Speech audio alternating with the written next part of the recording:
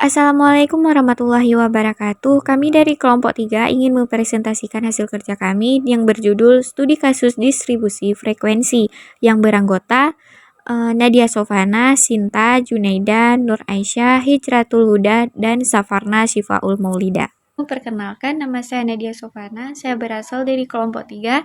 Di sini saya akan menjelaskan pengertian studi kasus distribusi frekuensi. Pengertian distribusi frekuensi adalah kondisi yang menggambarkan adanya frekuensi mulai dari munculnya berupa angka, kemudian disalurkan hingga terpancar. Nah, jadi yang dimaksud di sini adalah distribusi frekuensi ini sebagai alat penyajian data statistik dan juga yang berbentuk sebuah susunan data yang telah dikelompokkan ke dalam kategori tertentu.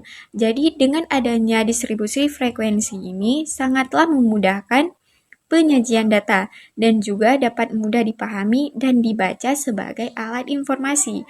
Jadi sekian dari pengertian distribusi frekuensi, selanjutnya akan dilanjutkan oleh teman-teman saya. Perkenalkan, nama saya Junaida, saya dari kelompok 3. Di sini saya akan menjelaskan sedikit tentang macam-macam distribusi frekuensi. Adapun macam-macam distribusi frekuensi yaitu yang pertama distribusi frekuensi absolut. Apa yang dimaksud dengan distribusi frekuensi absolut? Distribusi frekuensi absolut ini suatu bilangan yang menyatakan banyaknya data pada suatu kelompok tertentu. Distribusi ini disusun besarnya apa adanya. Dan yang kedua, distribusi frekuensi relatif. Yang dimaksud dengan distribusi frekuensi relatif ini yaitu merupakan suatu jumlah persentase yang menyatakan banyak data pada suatu kelompok tertentu. Dan yang ketiga, distribusi frekuensi monerik. Yang dimaksud dengan distribusi frekuensi monerik ini yaitu yang didasarkan pada data-data terus-menerus, yaitu data yang berdiri sendiri dengan merupakan suatu deretan hitungan. Saya Nur Aisyah dari kelompok 3 Statistik Dasar. Di sini saya akan menjelaskan tentang macam-macam distribusi frekuensi. Jadi, pengertian distribusi frekuensi kategorikal yaitu yang didasarkan pada data-data yang terkelompok. Yang kedua, pengertian distribusi satuan yaitu yang menunjukkan berapa banyak data pada kelompok tertentu. Nah, yang ketiga, pengertian distribusi kumulatif, yaitu yang mengungkapkan jumlah frekuensi pada sekelompok nilai tertentu melalui nilai dari kelompok sebelumnya. Yang keempat ada pengertian frekuensi kategoris, yaitu pengelompokan data berdasarkan kategori tertentu atau juga disebut sebagai data yang terkelompok. Nama saya Safarna Syifaul Maulida dari kelompok 3. Baik, di sini saya akan menjelaskan tentang contoh kasus distribusi frekuensi. Adapun beberapa tahapnya yaitu meliputi yang pertama, menentukan panjang interval kertas, yaitu maksud dari kata tersebut menetapkan kelas-kelas dalam distribusi frekuensi.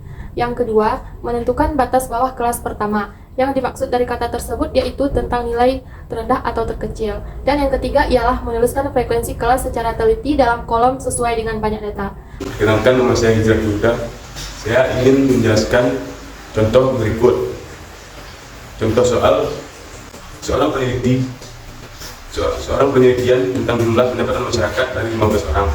Data survei sebagai berikut: 1, 2, 1, 3, 4, 5, 3, 6, 11, 13, 12, 15, 17, 20, 17, 13, dan 9.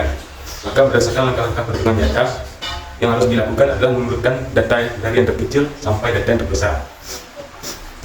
Contoh tabelnya seperti ini. Dari 15 orang dan tersusun data dari yang terkecil hingga yang terbesar. Dari tabel berikut ini kita dapat mendapatkan nilai jangkauan. Rumus jangkauan adalah D sama dengan datum terbesar dikurangi datum terkecil. Datum terbesar ialah 20 dan datum terkecil adalah 1. 20 dikurangi 1 sama dengan 19. Dari nilai jangkauan kita mendapatkan nilai interval. Interval sama dengan 1 ditambah 3,3 log dalam kurung N sama dengan 1 ditambah 3,3 log 15. 15 adalah jumlah